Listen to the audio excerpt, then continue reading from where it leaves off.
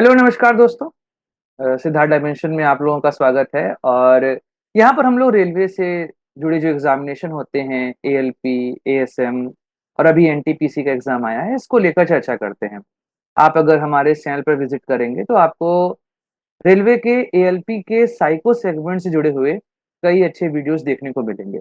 और कई सारे ऐसे बच्चे रहे हैं जो कि साइको के लेक्चर्स पढ़ के उन्होंने क्रैक भी किया है। जो साइको का एग्जाम 2018 में जब एएलपी आया था, उसके थ्रू जो एग्जामिनेशन साइको का 19 में हुआ था, उसको लेकर बच्चों ने क्रैक भी किए एग्जामिनेशन। और सिद्धार्थ सर पिछले 15-20 साल से पढ़ा रहे हैं साइको, चाहे वो एएसएम का हो और चाहे वो एएलपी का हो। तो रेलवे के एग्जामिनेशन को कैसे क्रैक करना है, इसको लेकर इनके अनुभव के आसपास भी कोई नहीं है। तो सर हमारे साथ आज हैं। और चूंकि अभी 25 नवंबर से स्टार्ट हो रहा है एएलपी के सीबीटी 1 का एग्जामिनेशन, और मोस्ट प्रोबेबली जो एनटीपीसी है उसका एग्जामिनेशन अप्रैल के मंथ में होना प्रस्तावित माना जा रहा है 2025 के। तो उसको भी लेकर चर्चा करेंगे। आज का हमारा डिस्कशन मेनली सीबीटी 1 पर रहेगा, एएलपी का भी और एनटीपीसी का भी। अब यहाँ पर जो सिलेबस का आइडिया है उसको लेकर आगे बात करेंगे। पहले सर से मेरा जो सवाल है वो, क्योंकि बच्चों का एग्जामिनेशन आने वाला है, नॉर्मलाइजेशन भी होगा, 4 दिन पेपर होने वाला है, तो अब वो समय आ चुका है जहां पर हम ये डिसाइड कर पाए कि आखिर प्रिपरेशन जो हमारी हो चुकी, क्योंकि अब नया पढ़ना किसी काम का नहीं है। अब हमें ये ध्यान देना है कि जो हम पढ़े हों उसको कैरी कैसे करें और एग्जामिनेशन में कैसे उसको आगे इम्प्लीमेंट करें कि हमारा जो स्कोर है वो बढ़िया हो जाए। क्योंकि नॉर्मलाइजेशन होना है, इस वजह से हो सकता है कि आप अगर 100 में 80 नंबर ला रहे हो और आपका जो रिजल्ट आए वहां पे आपके 78 नंबर हैं, क्योंकि नॉर्मलाइजेशन का ये एक ड्रॉबैक माना जाता है। कई बार ये मान लेते हैं कि जो पेपर हर एक सेगमेंट में हो रहा है उसका अलग अलग जो टफनेस का लेवल है उसके अकॉर्डिंग नॉर्मलाइजेशन का इम्पैक्ट देखने को मिलता है। तो पहले जो हम लोग का एएलपी का सिलेबस है, क्योंकि आपको पता है कि 60 मिनट में आपको 75 क्वेश्चन करने हैं, जहां पर आपका रीजनिंग जो आएगा वो 25 क्वेश्चन रहेगा, मैथमेटिक्स 20, जनरल अवेयरनेस 10 और जनरल साइंस का स्पेसिफिक एक रहेगा 20 नंबर का। तो ये आपको 60 मिनट में करना है। तो सर पहला तो मेरे लिए मेरे मन में जो सवाल आ रहा है बच्चों के लिए वो ये है कि आखिर बच्चे कैसे 60 मिनट में 75 क्वेश्चंस को अटेम्प्ट करें, जिससे कि वो नंबर ज्यादा से ज्यादा अच्छा जो है वो गेन कर सकें। इसमें मैं पहले बात करूंगा रीजनिंग में, जहां पर 25 क्वेश्चन जो हैं वो आएंगे एग्जामिनेशन में। एक्चुअली हम लोग को इस डिस्कशन को दो पार्ट में रखते हैं। ठीक है। एक तो एएलपी का एग्जाम होने वाला है, हम्म। तो उनकी तैयारी लगभग पूरी हो चुकी होगी, अब रिवीजन कर रहे होंगे, तो एग्जाम को कैसे टैकल करेंगे वो, बिल्कुल। इसके बारे में हम लोग चर्चा करेंगे। बिल्कुल। और दूसरा, एनटीपीसी का फॉर्म अभी लोग भर रहेंगे हम्म। या भर रहे होंगे। नहीं, भर लिए हैं, एनटी वो डेट खत्म हो गई है। अच्छा, ओके, एनटीपीसी का डेट खत्म हो गया है, तब तो अब वो लोग इसकी तैयारी में लगेंगे। तो इसकी तैयारी कैसे करें हम्म। और लास्ट टाइम प्रिपरेशन कैसे हो, और उसके बाद एग्जामिनेशन हॉल में आपकी स्ट्रेटेजी क्या होगी, हम्म। तो पहले हम लोग डिसाइड करते हैं। उसके बाद हम लोग साइको पर चर्चा करेंगे कि साइको की तैयारी कैसे करते रहें। अभी से लगे रहेंगे तो साइको के लिए बहुत ज़्यादा उस समय एक्स्ट्रा कुछ नहीं करना पड़ेगा प्रैक्टिस के अलावा। हम्म।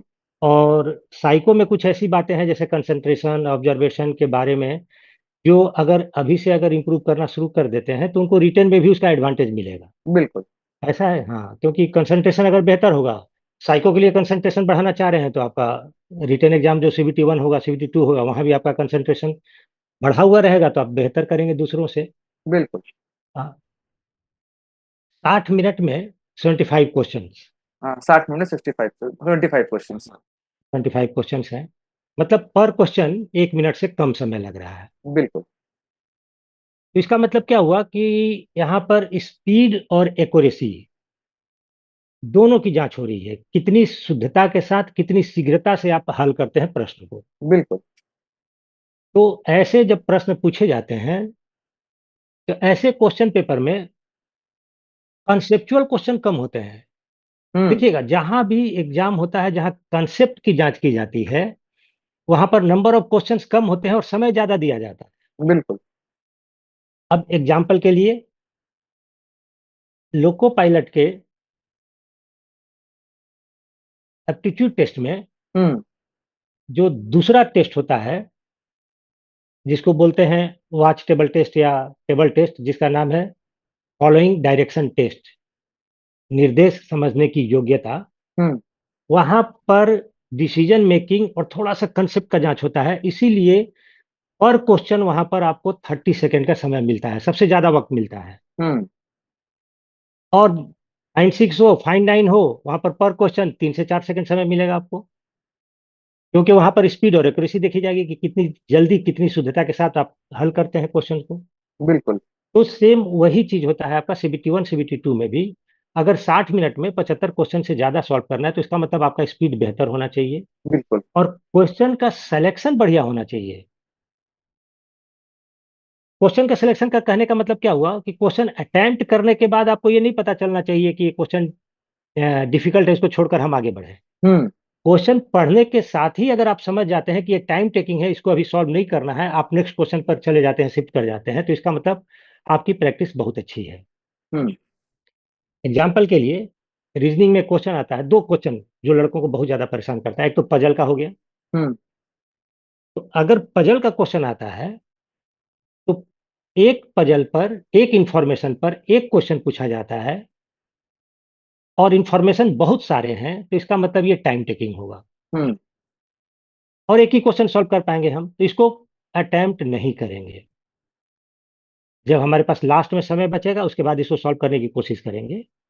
तो पहला काम आपको ये करना है कि पजल के इंफॉर्मेशन के साथ अगर 4 5 क्वेश्चन दिया हुआ है, हम्म। हालांकि रेलवे में आमतौर पर ऐसा होता नहीं है। बैंक पीओ के एग्जाम में एक पजल पर 4 क्वेश्चन मिल सकता है। रेलवे में एमपी वगैरह नहीं आता। रेलवे में नहीं आता है जनरली। हम्म। तो ऐसी स्थिति में तो आपको पूरा इंफॉर्मेशन पढ़ के और अरेंजमेंट करना पड़ेगा, तो थोड़ा टाइम टेकिंग होगा। तो पहले अटेम्प्ट में उसको हम लोग सॉल्व नहीं करेंगे। उसी तरह से नंबर सीरीज का क्वेश्चन हम्म। जो देखने में आसान होता है, लेकिन एक बार अगर उलझ गया तो उलझ गया। तो बनना होता है तो 10 सेकंड में बनेगा, और हम्म। नहीं तो फिर 10 मिनट में भी नहीं बनता है। नहीं बनता। तो आपको क्या करना है कि 60 मिनट का जो समय आपको मिला है, इसको दो पार्ट में कम से कम डिवाइड कर दीजिए। हम्म। 40 मिनट, 20 मिनट। हम्म। और 40 मिनट में अगर करते हैं तो 40 मिनट में कोशिश ये करना है कि क्वेश्चन नंबर 1 से लेकर क्वेश्चन नंबर 75 तक हम पहुंच जाएं। हम्म। और ये तभी संभव है जब आप इजी क्वेश्चन को सेलेक्ट करते हुए जाएंगे, इजी क्वेश्चन को बनाते जाएंगे और डिफिकल्ट क्वेश्चन को स्किप करते हुए जाएंगे। तो अगर आप, और ऑनलाइन एग्जाम में एक सुविधा भी है, जितना क्वेश्चन आपका अटेम्प्ट हो गया वो दिखाई देगा आपको, अनअटेम्प्टेड दिखाई देगा। या बिल्कुल। आपने रिव्यू के लिए मार्क करके रखा हुआ तो उसको आप देख सकते हैं आराम से। हम्म। तो जब चाहे तब हम आप किसी क्वेश्चन पर आप शिफ्ट कर सकते हैं।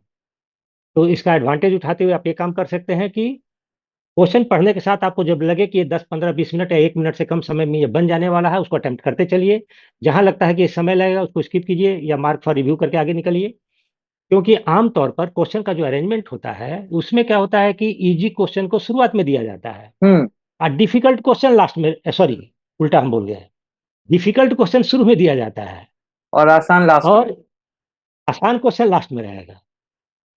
तो ऐसी स्थिति में अगर आप शुरू में ही डिफिकल्ट क्वेश्चन में उलझ गए तो आप इजी क्वेश्चन छोड़ देंगे। हाँ, तो अगर पहुंच ही चालीस नहीं मिनट में पाएगा लड़का वहां तक। पहुंच ही नहीं पाएगा। तो अगर आप ये टारगेट रखते हैं कि 40 मिनट में हमको क्वेश्चन नंबर 1 से लेकर क्वेश्चन नंबर 75 तक पहुंच जाना है, तो सारे इजी क्वेश्चन आप अटेम्प्ट कर चुके हैं, सॉल्व कर चुके हैं। हम्म। अब बच गया आपका 20 क्वेश्चन, या 20 मिनट समय बचा। हम्म। अब उस 20 मिनट में आप जो जो क्वेश्चन अटेम्प्ट कर सकते हैं, समय मतलब बनने वाला है लेकिन हम्म। समय लगेगा, ऐसे क्वेश्चन को अटेम्प्ट करेंगे। हम्म। क्योंकि क्वेश्चन का 3 कैटेगरी होगा, difficult, moderate, easy. Easy. Moderate difficult से भी। टकराना नहीं है। हाँ, और मॉडरेट इजी छोड़ना नहीं डिफिकल्ट है। हाँ, इजी को पहले बार में निकाल लेना है 40 मिनट में, और उस 20 मिनट में मॉडरेट क्वेश्चन को अटेम्प्ट करना है, क्योंकि टाइम टेकिंग है, ये पता है कि समय लेगा लेकिन बन जाएगा। हम्म। तो समय लेगा लेकिन बन जाएगा तो उसको हम सेकेंड अटेम्प्ट में रखेंगे, और ये जो 20 मिनट का समय है यही आपके स्कोर को ऊपर ले जाएगा। हम्म। और आई थिंक जो अगर ये पेपर का रेशियो होता है सर, वो 50-30-20 का होता भी है, 50 इजी, 30 मॉडरेट और 20 डिफिकल्ट। और वही एग्जैक्टली। वही जो आपका 20 डिफिकल्ट है और मॉडरेट का आधा, यही स्कोर आपका लेके जाता है जो सिलेक्शन के बियॉन्ड आपको लेके जाता है। अब इजी छूटना नहीं चाहिए उसके लिए। इजी इजी इजी पूरे होने चाहिए, वहां गलती भी नहीं होनी चाहिए। हाँ, इजी छूटना नहीं चाहिए। और हम्म। उसके बाद मॉडरेट क्वेश्चन आपके स्कोर को बढ़ाएगा, डिफिकल्ट क्वेश्चन आप दो चार भी निकाल लेते हैं तो आपके स्कोर को बहुत ऊपर लेके चला जाएगा। बहुत ऊपर लेके चला जाएगा। हाँ। वही तो क्योंकि यहाँ पर बच्चों के साथ दिक्कत यही आती है कि वो अटेम्प्ट करने को लेकर वो सीक्वेंस वाइज करते रहते हैं, और उसमें टफ और इजी सारे क्वेश्चन आते हैं, इस चक्कर में टाइम वेस्ट होता है, एंड देन दे कैन हाँ। Not reach at end of the examination, वहां तक पहुंच नहीं हम्म। पाते हैं ये। वो एक कंसर्न बिल्कुल आता है। बिल्कुल। अब यहाँ हाँ। पर बच्चों के लिए एक और अच्छी चीज है कि साइंस का एक स्पेशल सेगमेंट है जहां पर 20 क्वेश्चन पूछ रहा है। तो उसमें बिल्कुल फिजिक्स, ठीक है। केमिस्ट्री और बायो है, तो फिजिक्स, केमिस्ट्री और बायो के 20-20 में मेरे ख्याल से 6-6 और 6 और 2 किसी में से भी एक्स्ट्रा आ सकते हैं, यही क्वेश्चन है। तो यहाँ पे केमिस्ट्री और बायो को अटेम्प्ट करना आसान है। मेरे ख्याल से वो जो 12 से 15 क्वेश्चन पूछे जाएंगे केमिस्ट्री और बायो के, यहाँ से वो इजिली 10 प्लस स्कोर कर सकते हैं, क्योंकि यहाँ पे न्यूमेरिकल नहीं रहते हैं। तो वो उनके लिए आसान रहेगा एज कम्पेयर टू फिजिक्स के क्वेश्चन में उलझने की जगह पे, क्योंकि वो बिल्कुल सही है। नॉर्मली उनका न्यूमेरिकल क्वेश्चन वहां पर पूछ लेते हैं, तो वो एक यहाँ पर प्रॉब्लम आती है। तो अगर वो बायो और केमिस्ट्री पे ध्यान देंगे, रोग इत्यादि अधिक याद करके जाएंगे, तो वो उनके ज्यादा प्रॉफिटेबल हो जाएगा एग्जामिनेशन पॉइंट ऑफ व्यू से। सर, बिल्कुल बिल्कुल। रीजनिंग रीजनिंग में सीटिंग अरेंजमेंट भी आता है, और वो भी काफी जो डिफिकल्ट होता है, तो उसके लिए क्या करना चाहिए बच्चों को? अच्छा, ये बहुत अच्छा क्वेश्चन आप पूछे। मेरे पास ऐसे क्वेश्चन हैं रीजनिंग के जो लगता बहुत डिफिकल्ट है, हम्म। लेकिन 1 मिनट से कम समय में बनने वाला है। मैं उस क्वेश्चन को अपलोड कर दूंगा। मैंने हम्म। उसका वीडियो बना भी लिया है एग्जाम्पल के लिए, क्योंकि इंफॉर्मेशन देखेगा, देखने पर लगेगा क्या कि ये एक पैसेज दिया हुआ है हम्म। और पैसेज पढ़ने में बहुत ज़्यादा समय लगेगा, और बिल्कुल। सिर्फ एक क्वेश्चन उस पर है। हम्म। लेकिन उस एक क्वेश्चन को अगर आप ट्राई करते हैं तो 30 सेकेंड या 1 मिनट से कम समय में क्वेश्चन बनने वाला है। हम्म। तो ये एक्चुअली जो आपका एग्जाम होता है, ये नॉलेज का टेस्ट नहीं होता है। आपको ये देखा जाता है कि आप कितने इंटेलिजेंट हैं, कितने बुद्धिमान हैं। क्योंकि एनटीपीसी के साइको में भी एक इंटेलिजेंस टेस्ट होता है, पहला ही टेस्ट इंटेलिजेंस टेस्ट होता है। और जो भी साइको होता है उसमें आपका ब्रेन का ही जांच होता है। यहाँ हम्म। पर भी CBT 1 और CBT 2 में भी आपका IQ ही जांच किया जाता है, क्योंकि जो क्वेश्चन का लेवल होता है इतना कम होता है कि किसी भी एवरेज लड़का भी उसको आसानी से सॉल्व कर सकता है। लेकिन कम से कम समय में सॉल्व करना, इसके लिए थोड़ा सा IQ मेहनत आपका लगती है, हाँ। बेहतर होना चाहिए। थोड़ा सा ज्यादा। बेहतर होना चाहिए, आपका साइकोलॉजी अच्छी होनी, आपकी हम्म। साइकोलॉजी माने मनोदशा अच्छी होनी चाहिए। हम्म। आपका हार्ट बीट नहीं बढ़ना चाहिए, और सही समय पर सही डिसीजन लेने की एबिलिटी आपके अंदर होनी चाहिए, तो आप आराम से क्वेश्चन को टैकल कर सकते हैं। ऐसा डिफिकल्ट तो बिल्कुल ही नहीं होता है। बिल्कुल। थोड़ा सा स्ट्रेटेजी डिसाइड करेंगे तो क्वेश्चन बन जाएगा। तो रीजनिंग इसीलिए के यहाँ क्वेश्चन पर, में, हाँ हाँ सर। हाँ, रीजनिंग के क्वेश्चन में कुछ सेक्शन है जो बहुत डिफिकल्ट होता है, कुछ हम्म। सेक्शन है जो बहुत इजी होता है। तो प्रैक्टिस के दौरान ही हम ये स्किल डेवलप कर लेंगे कि कौन डिफिकल्ट है, कौन इजी है, और कौन सा क्वेश्चन हम जल्दी से क्रैक कर जाते हैं। हम्म। तो ये चीज को ध्यान में रख के, रीजनिंग हो या मैथ हो, मैथ में तो खैर लड़कों का बहुत ज्यादा प्रॉब्लम होता नहीं है, हम्म। मैथ भी बना लेते हैं। प्रॉब्लम रीजनिंग में भी नहीं होता है। कुछ कुछ क्वेश्चन है जो उनका टाइम टेकिंग है, तो उसके लिए वही स्ट्रेटेजी अपनाना है। पहले उसको छोड़ देंगे, नेक्स्ट में आके उसको फिर सॉल्व करने की कोशिश करेंगे। बिल्कुल। सर यहाँ पर एक एक चीज, चीज और, हाँ हाँ, हाँ बताइए। एक चीज मैं और बोलना चाहूंगा, जिनका एग्जाम 15-20 दिन के अंदर होने वाला है, अभी से एक स्ट्रेटेजी फॉलो करे हो कि जिस वक्त एग्जाम का टाइम होता है उस टाइम पर डे एक टेस्ट जरूर दें। हम्म। मॉक टेस्ट, बहुत सारा मॉक टेस्ट अवेलेबल है ऑनलाइन। और नहीं तो आप सिद्धार्थ एकेडमी का भी ले सकते हैं, पोर्टल पर जाकर बिल्कुल। मॉक टेस्ट है। आप उसका लिंक शेयर कर दीजिएगा, अगर कोई देना चाहे तो जाकर वहाँ दे मैं सकता है। डिस्क्रिप्शन में लिंक डाल दूंगा जहां से वो परचेज कर सकते हैं मॉक टेस्ट। हाँ, मॉक टेस्ट ले सकते हैं। तो मॉक टेस्ट उस टाइम पर एक जरूर दें जिस टाइम पर एग्जाम होने की संभावना होती है।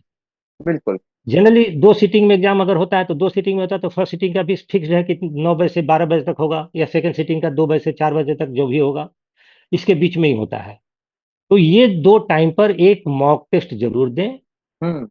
और अपना टेस्ट देने के बाद, स्कोर देखने के बाद, कहाँ कहाँ उनसे गलती हुई है ये जरूर देखें। हम्म। ये सारी स्ट्रेटेजी उनको एप्टीट्यूड टेस्ट तक, CBT 3 तक या CABT तक उनको फॉलो करना है। हम्म। क्योंकि एरर जानना जरूरी है कहाँ हो रही है, एरर अदरवाइज रेक्टिफाई करना आसान नहीं होगा। आसान नहीं होगा। ब्रेन ब्रेन को लगेगा कि यूजुअल है, हम्म। लेकिन जैसे ब्रेन को, जैसे आप अपना एरर देखेंगे, एरर देखने के साथ ही क्या होता है, ब्रेन को ये मैसेज आता है कि ये एरर है जिसको हम ठीक कर सकते हैं और नेक्स्ट टाइम ये गलती नहीं होनी चाहिए। तो हम्म। वहां से इंप्रूवमेंट शुरू हो जाता है। तो हम्म। आपको मॉक टेस्ट देना है, जो गलती आपने की है उसको दोबारा बना लेना है, दैट्स ऑल। और सर ये देखना है कि बार बार कौन सी गलती आप रिपीट करते हैं। सर यहीं से मैं अब आगे चलते हैं कि जो CBT 2 में भी सेम सेगमेंट आएगा इन लोगों का, और उसके बिल्कुल। बाद फिर साइकोलॉजिक जो इनका होता है, जिसे हम कहते हैं कि साइको टेस्ट जो इनका होने वाला है। तो क्या अभी से बच्चा अपनी प्रिपरेशन करता रहे, जिससे वो जब इनके साइको का एग्जामिनेशन हो तब तक वो खुद को मेंटली प्रिपेयर कर लेंगे, कि आफ्टर CBT 1 CBT 2 वो तैयार करें साइको टेस्ट के लिए? नहीं, अगर लोको पायलट का एग्जाम अगर दे रहे हैं तो उनके लिए तो अभी अलग से कुछ करने की जरूरत नहीं है। तो CBT 1 CBT 2, CBT 1 के बाद ही अपना कुछ स्ट्रेटेजी बना सकते हैं। एप्टीट्यूड टेस्ट के लिए साइको टेस्ट का नाम अब एप्टीट्यूड टेस्ट है। हम्म।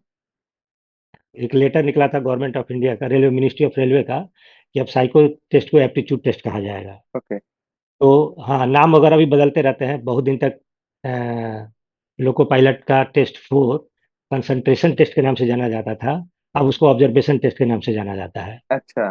तो हाँ, ये सब नाम बदलते रहता है और ये नाम बदलने के लिए लेटर वगैरह भी इशू होता है। ठीक है। तो CBT 1 के लिए तो अभी जो लोको पायलट का दे रहे हैं उनको कुछ नहीं करना है, और जो NTPC की तैयारी कर रहे हैं वो स्टार्ट कर सकते हैं, और CBT 2 से आप स्टार्ट कर सकते हैं, दोनों NTPC और लोको पायलट वाले भी। हम्म।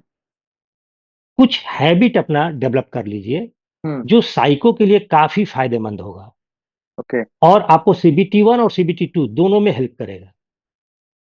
और उस हैबिट में होता है अपने नर्वसनेस को कंट्रोल करना, जो अपने एग्जाम के पहले हार्ट बीट दिक्कत को। आती है, हाँ, हार्ट बीट बढ़ता है। लगता है गले हार्ट में बीट कुछ बढ़ता भरा है। हुआ है। हाँ, गला सूखता है। स्टोमक सिंकिंग बोलते हैं, बहुत सारे लड़कों को नहीं होता है, कुछ लड़कों को होता है, लेकिन बहुत ज्यादातर लड़कों को होता ही हम्म। है स्टोमक सिंकिंग का मतलब सिहरन जैसा होना शुरू हो जाएगा, है ना। तो ये सारी समस्याएं होती हैं, इन पर अगर अभी से अ, अंकुश लगाने का प्रयास करेंगे हम्म। तो उनका बेनिफिट क्या होगा कि CBT 1 CBT 2 में तो बेहतर करेंगे ही करेंगे, साथ ही साथ उनको लोको पायलट जब एप्टीट्यूड टेस्ट के लिए आएंगे तो हम्म। वहां पर उनको ये प्रॉब्लम बहुत हद तक दूर रहेगी और उनका इंप्रूवमेंट बहुत जल्दी होगा। हम्म। तो इसके लिए 2-3 काम करना है। फर्स्ट काम क्या है? वॉक जरूर करें, और 2 टाइम 20 मिनट 20 मिनट जरूर टहलें। हम्म। कहीं भी वॉक करें, ये जरूरी नहीं है कि घर के अंदर, मतलब पार्क में जाके वॉक करें, घर के अंदर भी वॉक कर सकते हैं, घर के छत के ऊपर वॉक कर सकते हैं। या कम से कम ये ध्यान रखें वॉक करते समय कि जहाँ डस्ट नहीं हो, पॉल्यूशन कम हो, वहां पर वॉक करें। 20-20 मिनट तो जरूर टहलिए फास्ट। ये आपके ब्रेन को काफी पॉजिटिव फीलिंग देता है। और दूसरा, प्रॉपर ब्रीदिंग एक्सरसाइज, श्वास लेने का सही तरीका डेवलप कर लें। हम्म। हम्म। और इसके बारे में बहुत बार मैं बोल चुका हूँ। श्वास सही तरीके से नहीं लेने की वजह से बहुत सारा मेंटल प्रॉब्लम होता है, एंजाइटी होती है, स्ट्रेस बढ़ता है। क्योंकि ब्रेन को काम करने के लिए सबसे ज्यादा ऑक्सीजन चाहिए। हमारे बॉडी में जितने भी ऑर्गन हैं उनको काम करने के लिए एनर्जी चाहिए होता है, और ये एनर्जी ऑक्सीजन से और हमारे डाइट से मिलता है उनको। और ऑक्सीजन का सबसे ज्यादा कंजम्पशन हमारे ब्रेन में होता है। तो ब्रेन को प्रचुर मात्रा में ऑक्सीजन मिले, पर्याप्त मात्रा में ऑक्सीजन मिले कार्बोहाइड्रेट प्रोटीन के अलावा, इसके लिए जरूरी है कि वो अपना ब्रीदिंग सही रखें। सांस लेने का सही तरीका वो जरूर जाने, किस तरह से, क्योंकि पूरे वर्ल्ड में मेंटल एंजाइ मतलब तनाव को कम करने के लिए श्वास ही सबसे बेहतर माना गया है। हम्म। इसी के माध्यम से आप अपने मानसिक स्थिति को नियंत्रित कर सकते हैं। क्योंकि जैसे आपकी मानसिक स्थिति गड़बड़ होती है तो सबसे पहले आपका श्वास ही बदल जाता है। आप डरते हैं तो श्वास किसी और स्थिति में चलती है। आप क्रोधित होते हैं तो श्वास कुछ और होता है। आप शांत और स्थित रहते हैं तो स्थिर रहते हैं तो सांस की स्थिति कुछ और होती है। तो जब मानसिक स्थिति बदलती है तो श्वास की स्थिति बदलती है। तो श्वास को कंट्रोल करके, नियंत्रित करके आप अपने मानसिक स्थिति को भी नियंत्रित कर सकते हैं। गुस्सा है, लॉन्ग एंड डीप ब्रीदिंग। घबराहट हो, लॉन्ग एंड डीप ब्रीदिंग। श्वास लेने का सही तरीका डेवलप करें, आप इसमें कंट्रोल पालेंगे और ये आपको साइको तक बहुत मदद करेगा। और उसके बाद भी हम्म। जीवन में अगर इस चीज को आपने हैबिट में शामिल कर लिया तो आगे भी आपको इससे बहुत अधिक मदद मिलेगी, एग्जाम में तो मदद मिलेगी ही मिलेगी। हम्म। तीसरी और महत्वपूर्ण बात, हाइड्रेटेड रखें अपने आप को। जहाँ से आपको तो पता ही है, बॉडी में हमारे 20% 75, से हाँ। ज्यादा पानी है, 70 सेवेंटी ज्यादा पानी। परसेंट पानी है। तो ये पानी का लेवल मेंटेन रहना चाहिए, तो बॉडी को हाइड्रेटेड जरूर रखें। हर 1 घंटे 1.5 घंटे पर 1 गिलास पानी जरूर पिएं। स्टडी करने बैठे, तैयारी करने बैठे, ब्रेक स्टडी करें। हम्म। 1 घंटे पढ़ाई करें, उसके बाद 5 से 10 मिनट का ब्रेक लें, फिर पढ़ाई करें, फिर 5 से 10 मिनट का ब्रेक लें। इस तरह से अपनी तैयारी को कंटिन्यू करें, तो देखेंगे कि धीरे धीरे आप एक ट्रैक पर आना शुरू कर दिए हैं। एक चीज मैं और यहाँ पे स्टूडेंट को ये हाँ। बोलूंगा कि सर ने इस चैनल पे सिद्धार्थ डायमेंशन पे, अगर आप अर्ली वीडियोस पे जाएंगे तो वहां पर स्ट्रेस को रिमूव करने के लिए कई सारी एक्सरसाइज बताई हुई है। आपका आहार हम्म, कैसा होना चाहिए इस पर भी सर ने यहाँ पर डिस्कस किया हुआ है। और वीडियोस भी सर ने डाले हुए हैं जिससे आप, जो सर ने भी बातें कही, 3 इंपॉर्टेंट चीजें कि आपको अपनी ब्रीदिंग, हाइड्रेशन और माइंडफुल वॉक, इन तीनों पर सर ने डिस्कस किया है। हमारे इस चैनल पर भी है और सिद्ध माइंड नाम से हमारे दूसरे चैनल पर भी सारे वीडियोस अवेलेबल है, जहां पर आप माइंडफुल होकर वॉक कैसे कर सकते हैं, कि टहलने से भी स्ट्रेस कम होता है।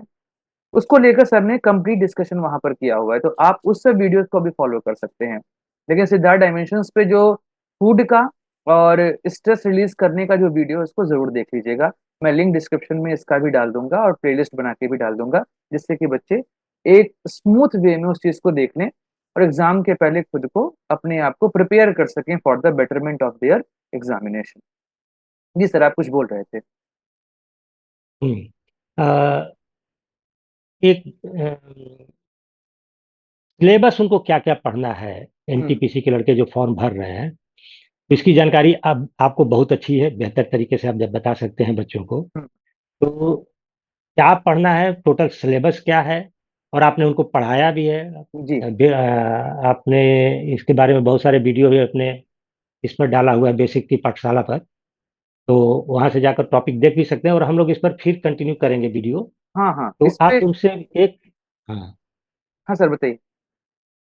तो एक काम कीजिए कि इस सिलेबस को आप थोड़ा बच्चों को, एनटीपीसी के बच्चों को जी। सिलेबस को डिटेल में डिस्कस कर दीजिए, और किस तरह से वो सिलेबस कवर कर पाए कम से कम समय में, फिर हम लोग उस पर चर्चा करेंगे। पहले आप सिलेबस को एक बार इनको जी। डिस्कस कर दीजिए जी। इनको। यहाँ पर जो एनटीपीसी का सिलेबस है, क्योंकि अप्रैल में सीबीटी 1 होना प्रस्तावित है, तो जो सिलेबस है उसमें मेनली 90 मिनट में आपको 100 क्वेश्चंस करने हैं यहाँ पर।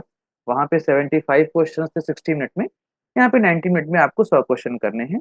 और mathematics, reasoning, general awareness, mathematics और रीजनिंग के 30-30 क्वेश्चन हैं और जनरल अवेयरनेस के 40 क्वेश्चन हैं।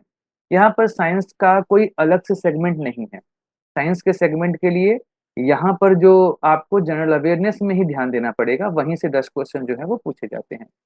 अब मेन चीज क्या है कि यहाँ पर मैथ और रीजनिंग को लेकर जो टॉपिक है उसमें मेनली 10th स्टैंडर्ड तक के ही टॉपिक यहाँ पर पूछे जाते हैं। अगर एक रफ आइडिया की, मेनली जो प्रॉब्लम आती है मैथ में कौन कौन सेगमेंट बच्चों को पढ़ने हैं, तो मैथमेटिक्स के लिए 2 सेगमेंट होता है, एक हमारा अरिथमेटिक होता है और एक हमारा एडवांस मैथ होता है। अर्थमेटिक में लगभग यहाँ पे 10 से 12 क्वेश्चन आते हैं, और वहीं पर अगर हम बात करें एडवांस मैथ में तो वहां पे लगभग 18 क्वेश्चन पूछ जाते हैं आउट ऑफ 30।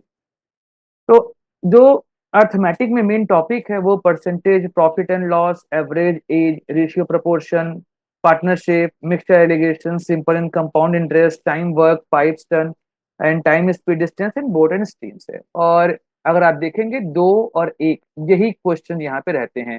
जैसे परसेंटेज से 2 से 3 क्वेश्चन आपसे पूछ सकता है, रेशियो प्रोपोर्शन से 2 से 3 क्वेश्चन पूछता है, वहीं पर एज से 1 क्वेश्चन पूछ सकता है। एडवांस मैथमेटिक्स के जो यहाँ पे टॉपिक हैं वो सबसे इंपॉर्टेंट नंबर सिस्टम है, जहाँ से क्वेश्चन पूछता है। एलसीएम एचसीएफ से 1 क्वेश्चन पूछ सकने की जो पॉसिबिलिटी होती है। फिर सिंप्लीफिकेशन से 2 question, algebra, trigonometry, height and distance, geometry, फिर मेंसुरेशन से क्वेश्चन भी यहाँ पर आते हैं, 2 क्वेश्चन पूछने की पॉसिबिलिटी है। कोऑर्डिनेट ज्योमेट्री से भी एक क्वेश्चन, स्टैटिस्टिक्स से भी और प्रोबेबिलिटी से 1 या 2 क्वेश्चन, और डेटा इंटरप्रिटेशन डीआई से यहाँ पर आपके लिए 2 से 3 क्वेश्चन जो है वो रहते हैं। ये आपका मैथ का है। उसके बाद अगर हम चलें रीजनिंग में, तो यहाँ पे 2 सेगमेंट है, एक वर्बल रीजनिंग है और एक नॉन वर्बल रीजनिंग है। यहाँ पर भी वही है, वर्बल रीजनिंग से अप्रोक्सीमेटली 15 क्वेश्चन होते हैं और नॉन वर्बल से भी यहाँ पर 15 क्वेश्चन जो है वो पूछे जाते हैं। अब वर्बल में एनालॉजी है, ऑड वन आउट है, कोइन डिकोडिंग है, सीरीज है, मिसिंग नंबर है। अब एक चीज नोटिस करिएगा कि जैसे आपका सीरीज है, मिसिंग नंबर है, आप अगर अरिथमेटिक पढ़ रहे हैं तो ये आपका बाय डिफॉल्ट जो है वो प्रिपेयर हो जाता है, अपने आप ही यहाँ पर ये तैयार हो जाता है, और इससे बच्चों को काफी जो है यहाँ पर फायदा देखने को मिलता है। देन उसके बाद डायरेक्शन है, वेन डायग्राम है, सेटिंग अरेंजमेंट है, मैथमेटिकल ऑपरेशंस है, कैलेंडर है। और नॉन वर्बल में मेनली जो आता है कि नॉन वर्बल सीरीज जो पूछता है इमेज के फॉर्म में, फिर काउंटिंग फिगर्स है, पेपर कट फोल्ड है, फिर इम्बेड फिगर्स है, फिर मिरर, जो आपका मिरर इमेज होता है, वाटर इमेज होता है, यहाँ से क्वेश्चन पूछता है। फिर अगर जनरल अवेयरनेस की बात की जाए, एक चीज ध्यान रखिएगा कि जो आपको सिलेबस दिया गया है आरआरबी के थ्रू, वहां पर आप जो लिखा हुआ है उससे अधिक पढ़ के जाइए, क्योंकि वहां पर एक्सेट्रा उन्होंने डाल दिया है। एक्सेट्रा का मतलब कुछ और भी वो डाल सकते हैं, ऐसा नहीं कि जो वहां पे लिखा हुआ उतने से ही आपसे पूछेगा। इसलिए थोड़ा सा ध्यान रखिएगा कि कई सारे टॉपिक जो मैंने यहाँ नाम लिए हैं वो आपके सिलेबस में मेंशन नहीं होंगे। कारण ये है कि एक्सेट्रा वहां पर लिख दिया है, देन उससे प्रॉब्लम आ जाती है बच्चों को, ये तो सिलेबस में था नहीं, फिर हमसे क्यों पूछ लिया गया। इसीलिए ये जो पेपर ये बनाते नहीं हैं, ये ये नहीं कहा जा सकता कि आउट ऑफ सिलेबस क्वेश्चन आ गया है। हाँ, आउट ऑफ सिलेबस एक्सेट्रा लिख दिया गया है। अगर हम जनरल अवेयरनेस की बात करें तो यहाँ पर हिस्ट्री में एंशियंट, मेडिवल और मॉडर्न के क्वेश्चन जो है वो पूछे जाते हैं। कई लोग कह रहे हैं कि वर्ल्ड हिस्ट्री से क्वेश्चन आते हैं, पर मेरे ख्याल से क्लास 10th में फ्रेंच रेवोल्यूशन 9th और 10th में है, वहां से क्वेश्चन आना हो तो आएगा, अदरवाइज वर्ल्ड हिस्ट्री के क्वेश्चन बहुत हद तक टच नहीं किए जाते हैं। कई लोगों को कंफ्यूजन होता है, एंशियंट इंडिया में कुछ ऐसे पोर्शन हैं जो कि वर्ल्ड हिस्ट्री से मिलकर बने हुए हैं, तो कई लोग उसको वर्ल्ड हिस्ट्री का मान लेते हैं, जैसे कि अलेक्जेंडर का इन्वेजन हो गया, या उसके बाद शक, होन्स और कुषाण जो है वो इंडियन हिस्ट्री वर्ल्ड हिस्ट्री दोनों के पार्ट बन जाते हैं इस वजह से। इसके अलावा इंडस्ट्री का एक सेगमेंट है जो वर्ल्ड हिस्ट्री से हमारा जुड़ जाता है, तो वो वर्ल्ड हिस्ट्री का पार्ट नहीं है, बेसिकली वो इंडियन हिस्ट्री का ही पार्ट है। तो एंशियंट, मेडिवल एंड मॉडर्न यहाँ से क्वेश्चन पूछे जाते हैं, और मेनली 5 क्वेश्चन हिस्ट्री से आते हैं। मेनली आपको ध्यान रखना है गांधीयन एरा जो है वहां से क्वेश्चन ज्यादा बनते हैं, 1920 से लेकर 1947 के बीच के क्वेश्चन ये ज्यादा आने की पॉसिबिलिटी होती है। ज्योग्राफी की बात करें तो इंडियन ज्योग्राफी, वर्ल्ड ज्योग्राफी दोनों आता है। इंडियन ज्योग्राफी, वर्ल्ड ज्योग्राफी दोनों फैक्ट बेस्ड क्वेश्चन रहेंगे, जैसे कि एग्रीकल्चर से क्वेश्चन पूछेगा, मेनली वो क्रॉप प्रोडक्शन को लेकर होगा।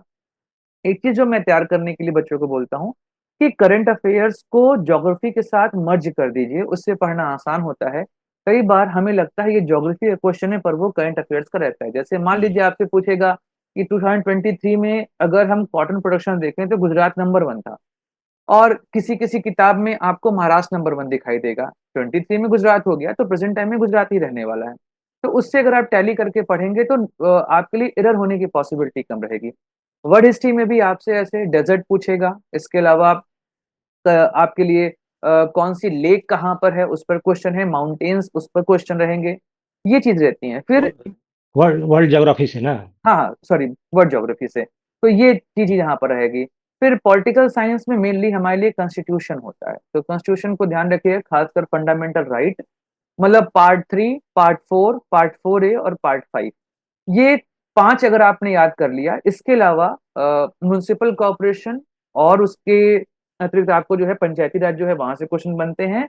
एंड देन एक और याद रखिए, जो हमारे कॉन्स्टिट्यूशनल संस्थान जितनी भी हैं, संवैधानिक संस्थान है, जैसे यूपीएससी हो गया, कैग हो गया, एजी हो गया, इससे क्वेश्चन जो है बनने की पॉसिबिलिटी ज्यादा होती है। इनके आर्टिकल्स कुल मिला के 50-60 आर्टिकल हैं, एग्जाम के लिए इंपॉर्टेंट है वो। सर और हम मिलकर आपके लिए डिस्कस कर देंगे जो इंपॉर्टेंट आर्टिकल्स होंगे। एंड देन सेम वहां पे अगर हम बात करें साइंस की, तो फिजिक्स, केमिस्ट्री एंड बायोलॉजी, यहाँ से क्वेश्चन आने की पॉसिबिलिटी रहती है। लगभग 10 क्वेश्चन जो है यहाँ से आपके लिए एग्जाम में आ सकते हैं, जिसमें बायो के क्वेश्चन और फिजिक्स के क्वेश्चन ज्यादा रहते हैं, केमिस्ट्री उनके कंपैरिजन में थोड़ी सी कम रहती है। बायो में मेन क्या रहता है, यहाँ पर आपको रोग बहुत ध्यान रखना है, विटामिन ध्यान रखने हैं, इसके अलावा मिनरल्स ध्यान रखने हैं, इस पर क्वेश्चन पूछ लेता है कई बार। देन अगर हम लोग चलें मिसलेनियस में, तो आप उसमें करंट अफेयर्स के बेस पर तैयार करिए, क्योंकि इसमें आपसे बुक पूछेगा, नोबेल प्राइज पूछेगा, ये सारे क्वेश्चन पूछने की पॉसिबिलिटी ज्यादा होती है। तो करंट अफेयर्स को जोड़कर आप मिसलेनियस पढ़ लेंगे, जैसे करेंसी पूछता है, कई बार कैपिटल पूछता है। इसके अलावा जो इंटरनेशनल ऑर्गेनाइजेशन है उनके भी उनका भी हेडक्वार्टर पूछता है। तो आप सब नहीं याद करें, आप देखें कि इंडिया को लेकर वर्ल्ड ऑर्गेनाइजेशन के साथ क्या रिलेशंस हैं, कहाँ पे हमने ट्रीटी साइन की है, उनके केवल हेडक्वार्टर ध्यान रखिए। इंडिया ने जिनके साथ ट्रीटी साइन करी है उन कंट्रीज के अकॉर्डिंग आप यहाँ पर ध्यान रख लीजिए कि वहां की करेंसी क्या है, कैपिटल क्या है। कि आप सब पढ़ने बैठेंगे तो लगभग 200 देश हैं, आप पढ़ते और कंफ्यूज होते जाएंगे। तो ये हमें ध्यान रखना है, अदरवाइज तो प्रॉब्लम हो हम्म, जाती है। फिर इन्वायरमेंटल में ध्यान रखना है आपको कि कौन कौन से प्रोटोकॉल मेनली हुए हैं। इसके अलावा पॉल्यूशन इस समय एक हॉट टॉपिक है, तो पॉल्यूशन से जुड़े हुए पॉइंट्स आप पढ़ लें, खासकर एयर पोल्यूशन, वाटर पोल्यूशन। ये दोनों इंपॉर्टेंट है कि उसमें PM 2.5, PM 10, SOx, NOx इनके बारे में थोड़ा सा जानकारी आप रख लेंगे तो आपका जीएस जो है वो कंप्लीट रेडी यहाँ पर हो जाएगा। And you can easily score 40 में, आप 35 यू कैन इजिली स्कोर कर सकते हैं। एंड करंट अफेयर्स थोड़ा ध्यान से देखिएगा, क्योंकि करंट अफेयर्स के लिए वन लाइनर्स आप थोड़ा देखिए यहाँ पर, क्योंकि वन लाइनर्स इस एग्जाम के लिए एकदम वरदान साबित होते हैं। मैं हमेशा वन लाइनर के सपोर्ट में रहता नहीं हूँ, लेकिन अगर हम रेलवे की बात करें तो यहाँ पे वन लाइनर ज्यादा सपोर्ट करते हैं। अदरवाइज तो मैं डिटेलिंग की बात करता हूँ। तो आप नॉर्मल कोई भी किताब लेके पढ़ें, बस ध्यान रखें उसमें एरर कम हो, अदरवाइज आप याद करके नहीं तो जाएंगे। वन लाइनर भी उस समय और ज्यादा फायदेमंद हो जाता है जब आप डिटेल में उसको पढ़े हुए रहते पढ़ हैं। चुके रहेंगे, आप वन लाइनर याद हाँ, करेंगे तो तो डिटेल प्रॉब्लम में नहीं पढ़े होगी। हुए रहते हैं तो हाँ हाँ, ऐसे कंसेप्ट अगर नहीं है तो जैसे एग्जांपल के लिए अगर पूछ दिया जाता है कि नेशनल इनकम हम्म। कैलकुलेट किया जाता है किस कॉस्ट, फैक्टर कॉस्ट पर या मार्केट प्राइस पर हम्म। या दोनों के एवरेज पर या इनमें से कोई नहीं। हम्म। तो फैक्टर कॉस्ट क्या है, मार्केट कॉस्ट क्या है, और नेशनल इनकम क्या है, इन सब के बारे में अगर आइडिया नहीं हो तो हम एक लाइन तो रटे हुए रहेंगे, लेकिन थोड़ा सा भी क्वेश्चन ट्विस्टेड होता है हम्म। तो वन लाइनर ही पढ़े रहने पर थोड़ा सा लड़कों के फंसने के चांसेस बढ़ जाते हैं। बस। तो कॉन्सेप्ट अगर पूरा थॉरली पढ़े हैं और उसके बाद वन लाइनर का रिवीजन कर दिए हैं तो उससे बेस्ट कुछ नहीं हो सकता है। हम्म। और एक चीज है, जैसा आपने बताया कि एग्जाम होने वाला है अप्रैल में संभवतः, जी। तो अभी कम से कम 4 महीने का समय है। हम्म। तो इस 4 महीने के समय में बेहतर स्ट्रेटेजी बनाकर कैसे तैयारी करें, इस पर हम चाहेंगे कि आप एक और वीडियो लेकर आइए जी। और रिटेन बच्चों को ये बता दिया जाए कि क्या टोटल सिलेबस है और किस तरह से स्ट्रेटेजी बनाकर आप तैयारी कर सकते हैं, क्योंकि 4 महीने बहुत अच्छा वक्त है आपके पास, 3 महीने का वक्त भी बहुत अच्छा है। हम्म। तो 3 महीने का स्ट्रेटेजी कैसे बनाएंगे। जी। इस तो पे हम लोग डिस्कस करेंगे जो सर एक बार, क्योंकि जरूरी है डिस्कस करना। हाँ हाँ, 6 स्टेप की जो बात करते हैं हम लोग बराबर, कि हम्म। किसी भी काम में सक्सेसफुल होने के लिए 6 महत्वपूर्ण कदम क्या क्या होते हैं। जी। तो ये 3 महीने के ड्यूरेशन में ये 6 कदम हम कैसे कैसे रखेंगे हम्म। और क्या स्ट्रेटेजी बनाएंगे, अगर इस पर हम लोग एक बार चर्चा करेंगे तो एनटीपीसी की तैयारी बहुत आसान हो जाएगी और जी। कोई प्रॉब्लम नहीं होगा। जी। यही यही मेन मेन यहाँ पर था कि हम बच्चों को कैसे बता सकें कि वो अपने एग्जामिनेशन को लेकर आगे बढ़ें। और आज के वीडियो में जो हमारा तीनों पॉइंट था कि बच्चों के लिए एएलपी, उसके अलावा एग्जामिनेशन के ट्रॉमा से कैसे बचें, उस प्रेशर से कैसे बचें, और एनटीपीसी का सिलेबस डिस्कशन। दोस्तों यही हाँ, 3 टॉपिक आप लोगों से यहाँ डिस्कस करना था, और हम लोगों ने ये तीनों पॉइंट डिस्कस किए हैं। अब सर के साथ मैं कोशिश करूंगा कि सर को मैं आप लोग के लिए हमेशा अवेलेबल रखूं, कि सर जो है काम में बिजी जाते हैं, लेकिन मैं कोशिश कर लिया हूँ कि सर जो हैं वो आप लोगों से लगातार जुड़े रहेंगे और हम लोग डिस्कस करते रहेंगे। और जीएस के टॉपिक को एक अलग तरीके से हम और सर आपके पास लेके आएंगे। यहाँ पर हम डिटेल, जैसे अभी सर ने कहा कि जीडीपी, और उसके अलावा कैसे हम निकालते हैं किसी भी प्रोडक्ट की वैल्यू, एमआरपी क्या होता है, रियल जीडीपी क्या है, नॉमिनल जीडीपी क्या है, परचेजिंग पावर पैरिटी क्या है। तो इस तरीके से हम लोग स्पेशल टॉपिक लेकर आएंगे आपके लिए, कि एक दिन हम और सर बैठ जाएंगे और डिस्कस कर लेंगे कि व्हाट इज जीडीपी। तो उससे आप लोग के लिए क्वेश्चन को जो एनालिसिस करना जो है वो आसान हो जाएगा, और देन आप उसको इजली समझ सकते हैं। ऐसे ही हम लोग हिस्ट्री पे, पॉलिटी पे, सब पे सर का जो मार्गदर्शन है वो लेते रहेंगे, कि एक अलग स्टडी जो कि थॉटफुल स्टडी हो, ना कि रट्टाफिकेशन हो, उससे हम लोग हाँ, बचकर आगे बढ़ते रहेंगे। ठीक है, तो सर को मैं थैंक यू बोलूंगा अपने दर्शकों की तरफ से और अपने बच्चों की तरफ से। और सही बच्चों के लिए ऑल द बेस्ट, कि वो अपना एग्जामिनेशन अच्छे से दें। मिलेंगे अगले वीडियो में, चर्चा करेंगे किसी नए जोरदार टॉपिक की। मिल जुड़े रहिए हमारे साथ, मिलेंगे अगले वीडियो में। लाइक करिए, शेयर करिए, सब्सक्राइब करिए इस चैनल को। जय हिंद, वंदे मातरम। Thank you very much.